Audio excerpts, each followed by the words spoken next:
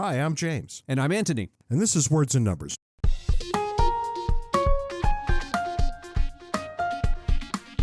And I will, as is my custom, ask the unanswerable question yet again. What's new and exciting in your world this weekend? Well, you know, I'm not a dog lover, but I have a dog story. I thought it would entertain you. There's something wrong with people who say, I'm not a dog lover. I have cats. You are making my argument for me. 44-year-old Lucy Humphrey of Wales was in renal failure, which of course means that she required periodic dialysis. Because of the dialysis, she had to cancel her vacation and decided to go spend the day at the beach instead. There, her dog kept running over and pestering the same stranger, Katie James. Miss Humphrey went over, she apologized repeatedly to Miss James, and subsequently the two got to talking. It came to light that Miss Humphrey was on dialysis and that Miss James had just joined the kidney donation list. And so the two women, as you would expect, swapped numbers. Sometime later, Miss James discovered she was not just a good match, but a perfect match for Miss Humphrey, an occurrence that doctors called 1 in 22 million chance. Yeah, that dog smelled it. Yeah, Miss James went forward with the donation. Miss Humphreys got a new kidney, thanks in part to her dog finding and pestering Miss James. Anybody who has a dog is out there shaking his head right now thinking, that's right, my dog could probably do something like that and nonetheless scooches his ass across my carpet maybe every third week. There's that downside of dogs. It's a lot of upside and some downside, but I actually can't imagine my life without a dog. My dog is my constant companion. And you have a cat. I'm not even sure what the cat's name is. What's the difference? It's not coming when you call it anyway. That's right. A cat is an aloof who sticks around exactly as long as you put food down on the floor. A cat is a biological appliance. Anyway, I want to get us away from dogs, which I love, to the media, which I could really live without.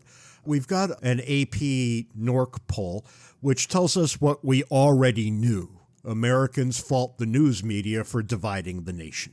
The media is a business, and like any business, it delivers what customers want, and what we have demonstrated we want is precisely what the media is giving us. And they're going to keep right on doing that as long as this is what we want. Yes, the problem is us. It isn't them. There's no mystery here. And what is it that people complain about? They complain about there not being real journalism anymore, and frankly, there isn't. I don't know of any long-form journalism, the kind of stories that emerge.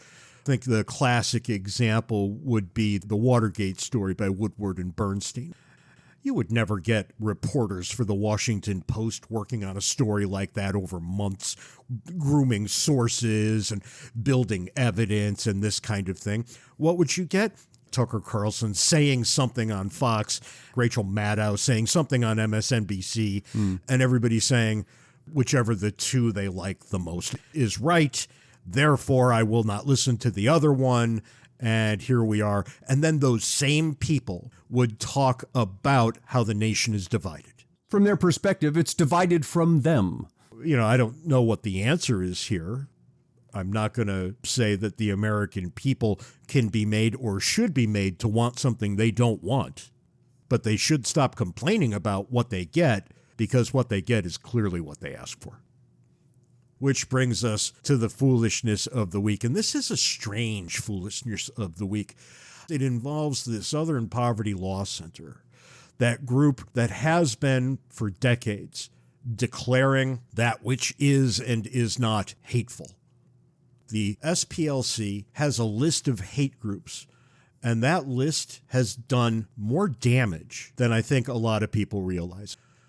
Imagine what it would be like if you were dedicated to a proposition of some kind that you thought was perfectly legitimate, and the SPLC decided that, no, you're in a hate group. There are any number of hate groups that we can look at and say, well, yeah, of course. And nobody gets exercised when the SPLC puts the Klan on its list of hate groups. Not even the Klan, who they know who they are. They freely admit to being a hate group. They hate all kinds of people. That seems to be their job. But the SPLC has this habit of putting groups on their list that they disagree with. And those groups are not always akin to the Klan. Mm-hmm. Now, you might disagree yourself, and I do, with a number of groups that have gotten the hate designation, but who I think have no business getting the hate designation. The FBI uses that list to decide who gets enhanced scrutiny and who doesn't. Uh-oh. So the SPLC gets to decide who comes under the heightened lens of the United States government. How do we know the FBI is using their list? They say so. The FBI says so? Yeah. Really? It'll be in the story in the link that we post in the show notes. You could read it for yourself. Conservative groups have obviously, and for all kinds of predictable reasons, been at the ass end of the SPLC for decades. They scream to the rafters about how unfair it is and how it's really quite ridiculous, and to refer to them in this way is actually very harmful. And yet, what can you do about it? Because the First Amendment seems to protect the SPLC in every way. They're allowed to have whatever opinions they want. Something really interesting has happened. There's this group in Georgia, and they're called the Dustin Inman Society. The SPLC has referred to them as an anti-immigrant hate group. Anti-immigrant hate group. They've decided to sue the SPLC. Oh, this is going to be interesting. It is interesting because they've landed with a judge who said something really interesting. He said, actually, there is a fixed definition of the word immigrant in federal law. So it's easy to figure out what anti-immigrant means. And that should be clear to the SPLC's attorneys, who encompass some of the brightest legal minds in the country, the judge said. Uh-oh. So, yeah, uh-oh is right. All of a sudden, you're allowed to have an opinion about damn near anything, but say it with me, people, words have matter. Meaning. Words have meaning. And here we are again. So if these words have meaning, if we're able to know what an immigrant is, and we're able thus to know what anti-immigrant means, it should be easy to prove that this group is anti-immigrant. And the leader of the group, Mr. King, says, reading from the article, that's ridiculous for many reasons, not the least of which is his adoptive immigrant sister, the immigrants who are on the society's board, and his organization's repeated statements that its chief goal is to reel in illegal immigration. So, yeah, it turns out it's not anti-immigrant at all. It's got a stance on a policy. Is it just happenstance, or is there some sea change going on here with regard to the First Amendment? Because this comes on the heels of that lawsuit against Fox for defaming whatever company that is that produced the voting machines, claiming the election was stolen. Is it the case all of a sudden courts are starting to hold people responsible for their speech? I don't know about that, but I mean, there are issues here. And you might say, well, what's the big deal? Reading from the article again, and I remember this episode, and I bet a lot of our listeners do too. In 2012, a mentally ill gunman, inspired by the SPLC's list, attacked the Washington office of the Family Research Council, wounding the building manager who wrestled the man to the ground. The SPLC declared this to be a hate group, and it was a group that had what I would consider to be some retrograde views on homosexuality. Hate group? That seems awfully strong. It seems you should be allowed to have retrograde views on any number of things, because who the hell gets to decide it's retrograde? Right. My opinion on the matter doesn't carry the day. I have my views, they have theirs, and we should be able to air our differences in public without calling each other hateful. The issues are more important than that. They listed Republican Ben Carson as an extremist. Ben Carson? Yeah. They listed Muslim activist Maajid Nawaz as an anti-Muslim extremist. What the hell's wrong with these people? The SPLC acknowledged that it didn't do enough to learn about Mr. Nawaz's organization before applying the label. And the SPLC has been doing this for decades. And it's high time somebody went after them and said, you know what? That's enough. For one-stop shopping for all things James and Ant, visit our website, wordsandnumbers.org. This is a two-part episode recorded live at Brookfield Academy in Brookfield, Wisconsin. James and I spent the day lecturing to Brookfield students on topics in economics and government, then closed the day with this live Q&A session. There was another hand that went up in the back. It's always the first one that asks that either gets ignored completely or drains all the oxygen from the room. Stan. Does immigration increase inequality? Is immigration increase inequality? See, I used to say the word inequality, and James would beat on me every time I said it. And he's right to do so. What do you mean by inequality? There's political inequality, there's income inequality, there's wealth inequality, and these are very distinct things. There's human inequality. Yeah. I assume you mean income inequality. That's what people typically mean when they say, is that right? Yeah. No. Well... See how hard this one is? He's just giving you three different answers before he's even started. Let me tell you what the root of income inequality is. It's diversity. Diversity causes inequality. And by diversity, I don't mean cultural or racial diversity, but a much more fundamental level. Diversity of skills, diversity of intelligence, diversity of connections, diversity of social skills. Some of us are born smarter than others, more attractive than others, better connected, into better circumstances, luckier. Better work ethic. Yeah. And that's what gives you the inequality, because if you take a bunch of different people like that and put them in an environment and say, go, just like if you took a bunch of people with different athletic abilities and put them on a track and said, run, some are going to get out front and some are going to be in the back. Believe it or not, James Madison makes exactly this argument in The Federalist. He says, look, if you have equality, the way we do here, right, the Jeffersonian equality that's woven into the Declaration, if you have human equality, you will have inequality of outcome every single time for exactly the reasons that he just said. Some are more naturally gifted and some work harder.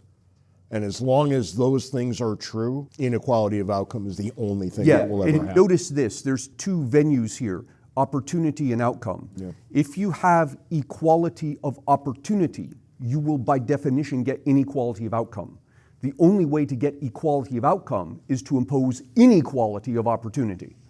And so you got to choose your poison. That's right. And it's an easy question. Which of those two things do you think is better? I think clearly it's better for all of us to have equality of opportunity.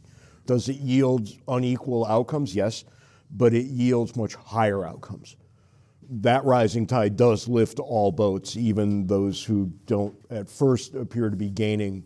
But even more than that, and this is somewhat counterintuitive, but if you look at the actual data, separate countries of the world by economic freedom into the more and the less, what you find is the more economically free countries exhibit income inequality. In fact, you could see this amongst the states as well. Divide the 50 states. The more economically free, the less economically free. You get income inequality amongst the more economically free. And people point to that and say, that's the problem with capitalism, you get income inequality. And you do. What they never do is ask, what's the income inequality in the less economically free? And it's actually more. And what's the income level? And the income level tends to be less, right? And so what happens is when you attempt to impose equality of outcome, the people who are stronger, I'm going to hold them back. The people who are weaker, I'm going to push them forward. What I actually do is cause the people who are stronger to change their attention from doing things that are economically beneficial to them to doing things that are politically beneficial to them. The entrepreneurs stop thinking about how I can make the next new product that's going to make me millions of dollars, and they start thinking about which politician can I co-opt in a certain way to benefit myself. And you end up actually with somewhat more inequality, but you end up with lesser income because all those smart, driven people aren't thinking about the rest of us. How can I make something that's so good you'll give me your money for it? Yeah. They start thinking about the politicians. How can I convince politicians to take money away from you and give it to me? But to hit on your question more directly, if immigration brings in people who are the lowest of the lowest skilled, I don't think that's what happens in reality, but I think that's what undergirds your question. Yeah, you're going to get more income inequality.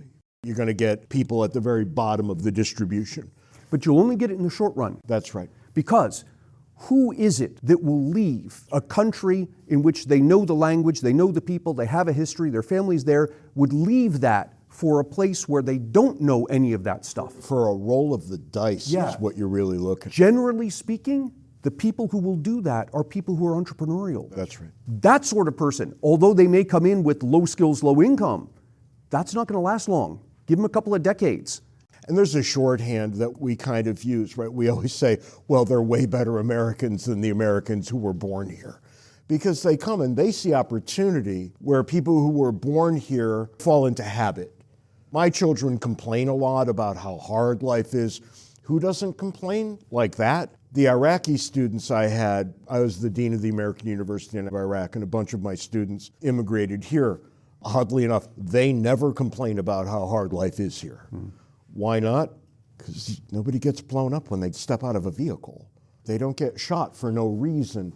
They can plan on what life is going to be like tomorrow. As long as you can plan, if you know the rules and you can plan on tomorrow, you can have a career and you can build a business. And why is it that immigrants are so keen on building businesses? It's nothing but a benefit and a blessing for them, so they squeeze every drop out of it that they possibly can. We wrote an op-ed on this a couple of years ago, and We still get hate mail about it. Yeah, I'm going to do the numbers off the top of my head. If you want the actual numbers, go find the op-ed. But it's approximately this.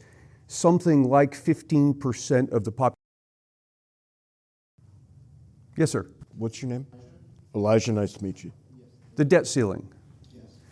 The debt ceiling is political theater. It's the most fictional fiction of all the things that we have right now. I describe it not as a ceiling, but a low-hanging mist. Congress can blow through it anytime it wants to. And it does. Because Congress is the one that imposes it. We have a ceiling like that at my house, too. It's a spending ceiling until the new Xbox comes out. Right, yeah. And then we don't have a spending ceiling anymore until after I get the new Xbox. And then we have spending ceiling again. Politicians talk about it as if it were the limit that your credit card company puts on your credit card. If you hit the limit, your credit card will be declined.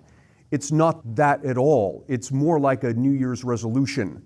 You impose it on yourself. Oh, and by the way, if you go back to like the 1970s when this first became a thing, Congress has raised the debt ceiling on average like every 8 months. It's constantly doing this. Why? Because it gets you all excited. You just ask this question, what about the debt ceiling? People are losing their minds, the media, politicians, it's the end of the world. Yeah, that's great. It gets your attention. So when the next election cycle comes along, you're going to get out there and vote because we got to do something about the debt ceiling. This guy's going to fix it or not fix it or whatever it is. Well, it gets really fun when they start saying things like, that party shut down the government. Right. Please shut it down. Because what happens when we shut down the government? Apparently the whole world comes crashing to a halt, except it doesn't because you've never noticed the difference. We know that Social Security checks keep getting sent. Mm-hmm. We know the military keeps getting paid. So a bunch of things below that level get canceled, except they don't. Because if you look at federal spending on a month-by-month basis, you'll see it going up and up and up. When they hit the debt ceiling, it'll flatline. It'll flatline for as long as the government's shut down. And then when the government starts back up again, it does not continue up at its regular pace. It jumps to where it would have been if the shutdown had never occurred. Because all those checks that didn't get sent out are being kept in a pile. And the minute that there's a resolution on the debt ceiling, all the checks just get put in the mail. Literally nothing changes. It's just a matter of when the payments get sent, not if the payments are going to get sent. So you'll hear about federal employees not getting paid. They do get paid. They get paid retrospectively when the debt ceiling is finally raised. The biggest effect of the debt ceiling is it gets people paying attention to what's going on. And the politicians use that because I want to run for office and I want you to be concerned and mad and get out there and vote. Yeah. And I can use the debt ceiling to do that. The biggest moment of this is what they call the Washington Monument Strategy. Right. When it reaches such an impasse, the Congress shuts down national parks. Which probably saves enough money to run the federal government for about 15 minutes. About 20 minutes, that's right. Yeah. That's literally true. We're not just making that up. It's like 15, 20 minutes. But I remember I lived in D.C. when one of these idiotic things happened. My wife and children had come to visit, and we were going down to see all the monuments and what have you. And the Lincoln Monument, it's just a gigantic set of stairs and Lincoln sitting in a chair in an open room. They put police tape around it to close it down. Right. Because it had to be closed because of the... But there was nothing there to close. And I walked up to it, and there was a guard. Oh, well, you had to pay somebody to And I close. said, if it's closed, who's paying you? Yeah. And he said, well, I get paid no matter what. And I went, I bet you do. And I said, this is the only chance my children are ever going to have to see this. It represents a bit of an imposition to bring everybody here. And he looked at me and he said, well, I have to go down to the other end of the mall now. And I said, thank you. Right, okay. And he left and I broke the tape and we all went up and everybody else looked at it and thought, can we do that? And I said, we're Americans, we can do anything, damn it, let's go. And then he had to come back and take everybody out and tape the tape back up again. And he thought that was hilarious. But notice the ridiculousness of this process. Right, so stop and think about this for a minute. So they shut down the Lincoln Memorial, which isn't costing them anything. They shut down all the other things that were outside. But the guard is being paid anyway. He would have been paid regardless. So really, the only fiscal effect of shutting down the Lincoln Memorial is that it costs the federal government to pay for the police tape, that they put around. So it's actually a net negative of a couple bucks. But what did it do? It got people's attention. It's theater. Yeah, It's absolute theater. And it's theater that politicians absolutely require. But you end up in a strange place. We like to blame the politicians, but it's not really the politicians. It's absolutely our fault. The problem is the voters. Politicians are like any business. The business is going to give the consumers what the consumers want. And what the voters want is stuff. Now, we can say things like, well, we want a balanced budget. And when the politicians come around and say, okay, well, that means cutting this. I said, well, don't cut this. Cut those other things. I like this. Yeah. Just cut those other things to balance the budget. In order to balance the budget right now, you have to cut Social Security. Not that that would be the easiest thing to do. You have to. Right, yeah. Literally the only way you can. But whether it's Social Security or the military or education or whatever it is, each one of us has a different thing that we like, that we don't want cut. And so nothing gets cut. Oh, and we don't like paying more taxes.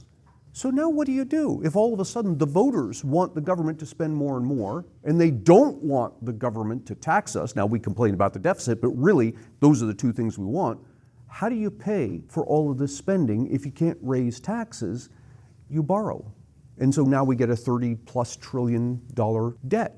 Which has gotten so bad that now we can't raise taxes high enough to pay that off. Yeah, you get to a problem eventually where you have to just start, we use the phrase printing money, but expanding the money supply to pay for this stuff. We started doing a long time ago at this point. What does that do? It causes inflation. And it's no coincidence that we've been dealing with this massive, whatever it was, it peaked at 10% inflation following the COVID crisis. In the COVID crisis, the federal government spent what it was in 1 year, $6 trillion. It was $5 trillion more than it brought in. Right. Normally it spends like $4 trillion, it spends $6 trillion. Where did it get this extra $2 trillion from? Well, basically it just printed it, is the bottom line. Now we get 10% inflation. And now we're still dealing with, it's not 10%, now we're still dealing with it. And my prediction is that we're gonna have consistent inflation in the 5% range. And by consistent, I mean, I don't see any end to it. So long as we continue down this path of we want the government to keep spending money, but we don't want it to raise taxes, so the only way that you can deal with that is debt and ultimately printing money. That's it, and you get inflation. There's no such thing as a free lunch. There's a free lunch, that's right. There are signs right now that inflation is coming under control. And then you have to ask yourself, what will be the inputs moving forward? Are we going to keep spending like drunken sailors on shore leave?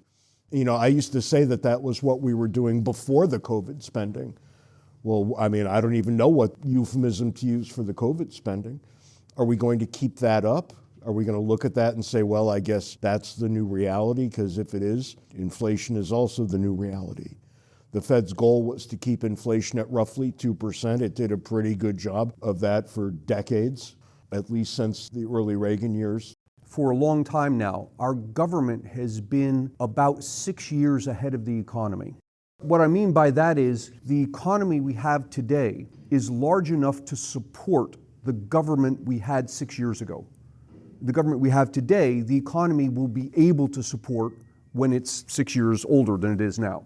So constantly, our government has been about 6 years ahead of the economy in terms of the size. So one solution, if you want to call it that, is to put the government into stasis and say, okay, federal budget, we're not increasing it, not a penny, for the next 6 years. Give the economy time to catch up with the size of the government. And then from that point forward, then you can grow government again if you want to, just don't grow it faster than the economy. And what you could end up with if you did this is a budget that would come into balance. Yeah, you'd have a balanced budget. You still have the $30 trillion debt sitting on top of you, but... We ran the numbers on the debt, and it would take over 100 years to pay it off if you kept the size of government and the economy in lockstep. But you don't need to pay it off. You just need to be able to afford it. And here's the interesting thing. If you can stop the bleeding is the deficit. Every year we just make the debt worse and worse. And the way to stop the bleeding is you hold the government in stasis for 6 years. Let the economy catch up with it. And then if you want to grow the government, that's fine, as long as it doesn't grow faster than the economy. What happens is over time, over a couple of generations, the economy will grow to a size that $30 trillion debt, though it's still there, it's minuscule. It's relatively meaningless. And this is the same kind of thinking that you'll engage in later in your life, when at an early point in your career you realize that you've got enough money to buy a house. And when you buy that house, you're going to think, wow, I'm kind of broke. And yet 10 years later, after your career continues, you're going to look at that mortgage payment and you're going to think, I don't know when, but somehow that became no big deal. And it became no big deal for two separate reasons. On the one hand, the amount, the payment stays the same unless you do something truly stupid and get an adjustable rate mortgage. Don't ever do that. Not that I give investment advice, I have to say this every time. But the amount of your mortgage payment will stay the same over time, and two other things will happen. Inflation will occur, and the dollars will just simply be worth less. The big winner in times of big inflation are people that hold a lot of debt, because the debt is literally worth less as inflation continues.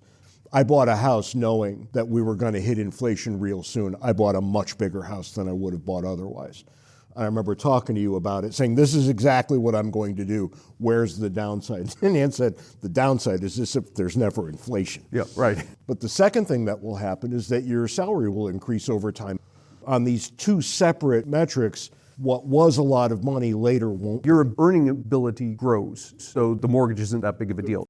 The real problem with government is what happens if that interest rate ticks up?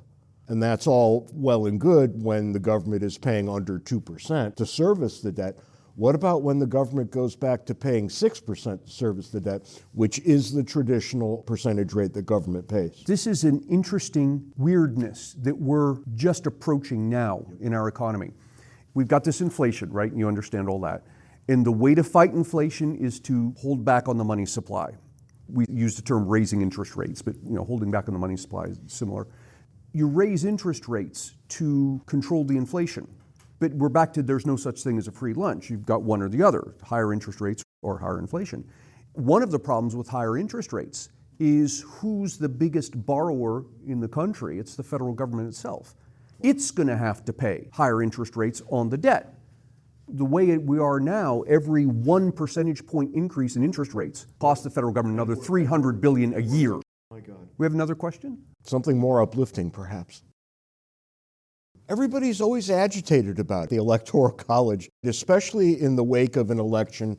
And this has happened more lately than it happened in our whole history, where the person who gets fewer votes nationwide nonetheless wins the office. And notice I try not even to use the phrase popular vote. That's not really a thing. That's something that the media has declared over time. I think it's reasonable enough, right? You kind of want to know what the temperature of the entire country is. But the system wasn't designed to take it into account. Did Donald Trump, for example, lose the popular vote? Well, yeah. But he didn't campaign, I don't think, even for 1 minute in California, because it would have been unbelievably stupid and wasteful to do so. If you have no chance of winning a gigantic state like California, and in order to compete in it would cost you billions of dollars, you just cede the entire state. You just say, well, there's nothing I can do there. It's kind of like every Democrat with Utah. Democratic candidates don't go to Utah. The Democrats could have their state convention at the Salt Lake City Denny's. There's so few of them. And there's a number of states like this that really just aren't that competitive. So Donald Trump doesn't bother going to California and as a result doesn't pick up any extra votes there at all. If he were playing by different rules, if the popular vote mattered, he would have gone to California a number of times, even though he knew he would lose it ultimately, because getting some percentage of the votes is better than not getting any. Would he have gotten enough to have won the popular vote? Well, maybe. We'll never know, of course, it's counterfactual. But that's how irrelevant this popular vote is. Candidates play the game according to the rules that are on the table at the time the game is played. But here, in my opinion, is the real problem with the Electoral College. And it's not what anybody talks about. The real problem is we're not using the Electoral College the way we're supposed to use it. The people aren't supposed to elect the president. The Electoral College is. It's supposed to be like Congress. We don't vote on laws. We elect representatives, and the representatives vote on the laws. It should be theoretically possible that the Electoral College sends some other person to the office. In the election between Hillary Clinton and Donald Trump, we wrote an op-ed on this when it was very clear that the plurality of Americans didn't want either one of them. We said in the op-ed, the Electoral College needs to do the job it was designed to do. They need to elect somebody else. But we don't use the Electoral College like that. Look, it was kind of tongue-in-cheek, right? We never really thought this was going to happen. But we wanted to get people to think about the institution a little differently. But legally, they could have done that. The thing about the Electoral College that makes it beautiful, that people miss, is that it's built on the same answer to the question, what is representation in the United States? John Adams writes Thoughts on Government back in the 18th century, and he tells us that representation should naturally adhere to occupation, that farmers need to be represented, and cobblers, and all of the various, and we don't think of representation like that at all. We think of representation now in terms of identity politics. We say women need to be represented, and gay people need to be represented, and on and on and on, down through the various social things that make us different. That's very difficult to think of representation that way too. How do you know when you've achieved it? How do you know when everybody's well represented? And I would say you never really do. It's always kind of a work in progress best guess. When the Electoral College was put together, it was grafted on top of a representative system that we had just fought tooth and nail to achieve. Big states, of course, wanted a representative system that benefited what? Big states. Small states wanted a representative system that benefited small states. These two things were given to us in the forms of the Virginia Plan and the New Jersey Plan, respectively. The framers in Philadelphia in 1787 took a look at that and they said, not going to work. What we really need, and you get the Connecticut Compromise, right, bringing the two plans together. You get the House and the Senate because of the two different kinds of representation that were being discussed at the time. In the Senate, small states are disproportionately represented, but big states hold the day in the House. And you bring these two things together, and what's the electoral vote? Number of House members plus 2 senators. It actually brings them both together to get us a president. In the Federalist, you get this, Hamilton says, the Electoral College is virtually the only part of the entire federal system which everybody thought was a good thing. Literally everybody looked at it and said, yeah, that's okay. Everything else was contentious, but the Electoral College said, you know what, let's work with that. Now nobody gives the federal government a second thought, and they all think the Electoral College is a spawn of the devil. But it really was this attempt to bring our notions at the time of what good representation looked like to the presidential office. And we never talk about that aspect of the Electoral College, but that's its DNA. That's how we got it. And I think it's a pretty good reason on balance. Does it work well? Yeah, it's worked actually quite well. How do you know? The United States in 1800 had the very first peaceful transition of power. One party was voted out and said, well, I guess we have to leave now. In human history, that had never happened. That was when wars occurred. When one party said, look, we might be losing power, let's start killing people. That didn't happen here. And we've had relatively peaceful transition of power all the way through. You're serious, that's not hyperbole. It really was the first time in human history. Yeah, you had party change. One party giving up all of its power. This is remarkable. And you find in American history a lot of remarkable moments like that. We tend not to think of them very often because they've become normal. And thank God they've become normal. In 2 years-ish, we're going to have a presidential election. I have no idea who's going to win. I don't even know who's going to run. But however it goes, whoever runs and whoever wins, we're all going to say, oh, okay, and we're going to move on. I want to go back to where James started when he said the popular vote isn't a thing. Think about that for a minute. The media adds up all the votes across the state and announces the popular vote. That thing has no meaning. It's completely irrelevant to the whole process. It's something the media does to summarize the result. We want it to be a horse race. Yeah. And on some level, it is a horse race, but it's a horse race with electoral votes and electoral votes only. But it's so much easier to present the national popular vote and say, well, here's what's happening. Every year after the election, we get a bunch of people saying, we have to do away with the Electoral College. Harumph. I get why people would say this. I get why it's always Democrats who say it and never Republicans, because it would benefit the Democratic Party to walk away from this institution. How do I know this? If we went to a straight-up popular vote, campaigning wouldn't be expanded, it would be deeply limited. And you would only get campaigning in population centers where you hit a certain population density, so big cities. And of all the big cities in America, how many of them very typically vote Republican? Yeah, that's a short list, isn't it? It's Phoenix in my home state, probably the biggest of the Republican cities. It's Salt Lake City. It's a couple in Texas and throughout the South, but they get small fast. Which cities vote Democratic every time? New York, Chicago, Los Angeles, Philadelphia, the big ones. You could actually win the presidency in a popular vote only by winning, I think, 6 or 7 of the biggest 10 cities. So that's what campaigning would look like. It would be dedicated to city politics only.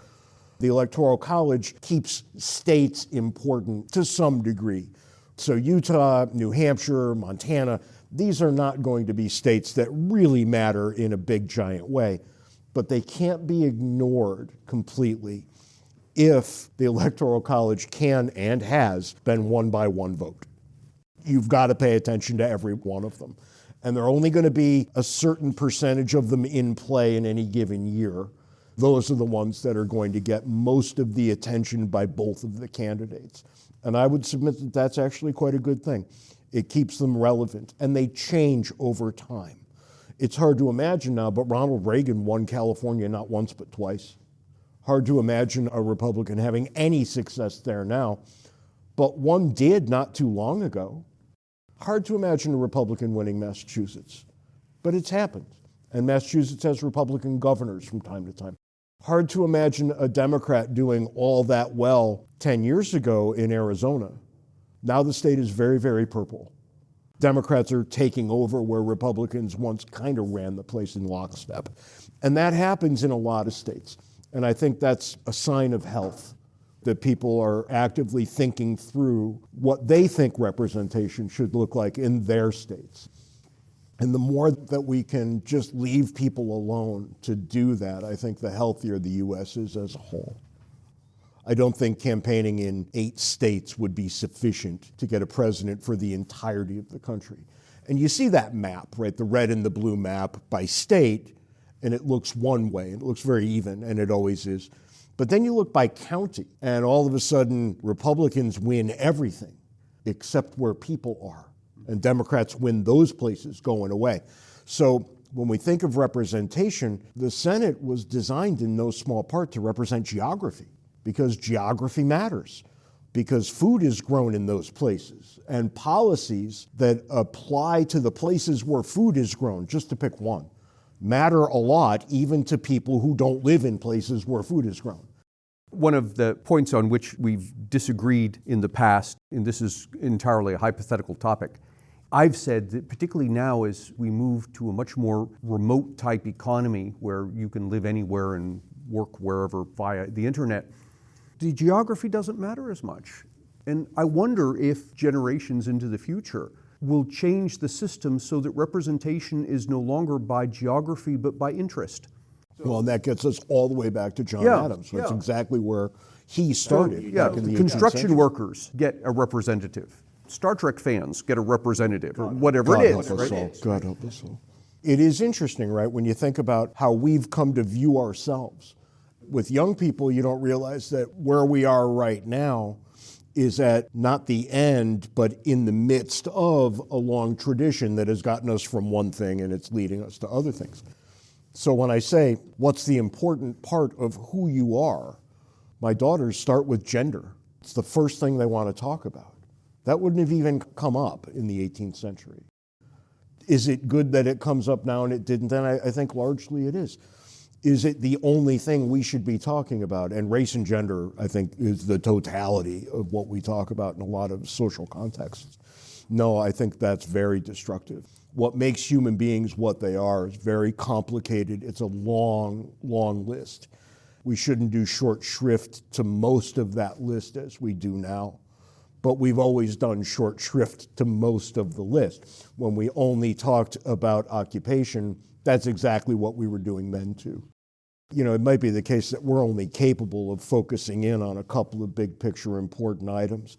I wish that we could do a little better on that, because all I see are the things that don't get talked about, and I think those are really important too. I've thought for years that economic class in this country is probably more important than race, and we don't talk about it at all. One of the interesting things, if you look at the polling data, we talk about in this country the Democrats and Republicans, and James was talking about the cities being largely Democrat and all of this. If you ask Americans, as polling institutions have done, what do you consider yourself? Democrat, Republican, how are you registered, this sort of thing. The Democrats and the Republicans are both not only minorities, even combined, all the Democrats and all the Republicans is a smaller group than the people who claim they're independent. And that's new. Yeah. That's becoming a There's new this center part on the political spectrum. I don't even want to call it a center, right? Because some of those people are very liberal and some of those people are very conservative. But in different ways. They don't line up with the parties all that well. Yeah, they don't line up on the left-right spectrum. Yeah. But nonetheless, the plurality of Americans don't associate with either party. Yeah. And yet we've got this two-party system in which both parties are representing minorities of the population. And you're going to have two parties in a winner-take-all system, right, which is what we've got. So we will always end up with two parties. Every now and again, a third party emerges, makes a real run at one of the two, and then either dies or replaces that party. And that's happened several times. Not many, but several. It's happened often enough that you know you can expect it to keep happening. I used to think it would be the Democrats that would fade away into oblivion because for years, generations even, they weren't a party as we would think of a party. They were a collection of special interests who agreed to support each other, right? Not everybody agreed with every single thing. It was more of a political agreement to support each other. And the Republicans, I think, until maybe the mid-1980s or even the late 1980s, were a party in a more traditional sense that appealed to principle. You could give me the three things that Republicans believed, and that's what made them Republicans. And I've flipped. I think the Democrats have become more like the Republicans once were. The Republicans have become less, I think. And the Republicans, I don't think the Republicans have three principles left anymore. So we'll see. It's going to be interesting times ahead to see what happens. I don't see any viable third party in the near future. And you always see the undercurrent, right? People are trying to get third parties off the ground. The Libertarians have tried for so long, I think we can just declare them a failure and move on. I don't think they've actually tried. We're going to be moderating the South Carolina Libertarian Convention. The presidential debate. And what a circus that's going to be. Yeah, and that's the problem. I think the Libertarians have the ability to hit this group, this plurality that says they're independent. Because if you ask the plurality, people in there, what do you think about this, they tend to answer a lot the way Libertarians. It's gay marriage, it's balancing the budget, right? Yeah. It's just basic things, legalizing low-level drugs and things like this. Most Americans just kind of say, yeah, and the Libertarians are uniquely unable to capitalize on Well, I think they're unable to capitalize because they don't take themselves seriously. it. They don't. And until they take themselves seriously, the rest of the country is not going to. And you've got things like the Constitution part, that's going nowhere. Right, yeah. The Green Party, same thing. Green Party's not going anywhere. The American Socialists and Communists. Well, the Republican Party was a third party. It was an anti-slavery party, Lincoln becomes president. He's the second candidate they run in 1860. They run one in 1856, lose. Lincoln wins. Lincoln only wins because there are 4 candidates running. They split the vote very, very badly. But the electoral vote is such that Lincoln is able to get the populous states and get the votes he needs. He becomes president without benefit of a single Southern electoral vote. And the South secedes, at least starts to secede, before he's even taken office. So he's the first Republican to win. Yeah. In so doing, they replaced what party? Well, there were 4 at the time, so it starts to winnow down again. That was a very difficult period in our history where race was becoming kind of an omnipresent difficulty. There was some major party prior to him that disappeared. Was it the Whigs or something? I would have to look up the names to get them all right. They change over time. It's probably a ripe time right now to start. But you have to be very ambitious, and getting on the ballot in 50 states is very difficult. And our campaign finance laws that make it difficult for... And why do we have those? Because the 2 parties who have control over those have made sure that it's almost impossible for a third party to get in. This is why there's never a third party candidate at the debates, because Democrats and Republicans said, wouldn't it be great if there were never a third party candidate at these debates? And they set up the rules to make sure that that would never happen. And this is what we point to when people talk to us about problems of corporate influence in government. And we say the biggest problem of corporate influence in government are the Democratic and Republican Party. That's right. Those are not government structures. They're corporations. They're corporations. They were created to put forth candidates, and those 2 corporations control who gets in front of the media. Which in turn controls who wins. Which controls who wins, right. Or who can win. Basically, we've got 2 nonprofit corporations deciding who's allowed to come before you as a presidential candidate. And of course, they're not going to let anybody come before you who isn't one of them. Not surprisingly, they choose themselves over and over and over again. Someone could argue in the last 10, 20, 30 years that the quality of the 2 options has been going down. Steadily decreased. I think that's exactly right. There's something else going on. I'm not sure what it is, but if you want an illustration of this, go back, and I really encourage you to do this. Watch the presidential debate between Gerald Ford and Jimmy Carter. Neither of these men is ever going to be accused of being a great statesman. These are 2 substitute teachers. Neither was a great president, although Ford was, I think, a lot better than people give him credit for being, and Carter wasn't nearly as bad as people say. But if you watch the debate, you'll see that things were different then, because they talked to each other as if they were human beings deserving of a fair amount of respect. There was no attempt to have a gotcha moment. They didn't speak in sound bites. And you'll find Carter laying into Ford and Ford saying, I would have done that differently. Who would say that now? So at least give it a look and ask yourself what's different then to now. I don't have a complete answer, but something has changed, and it's not changed for the best. Thanks for being here. Thanks for coming. It was nice hanging out with you guys today.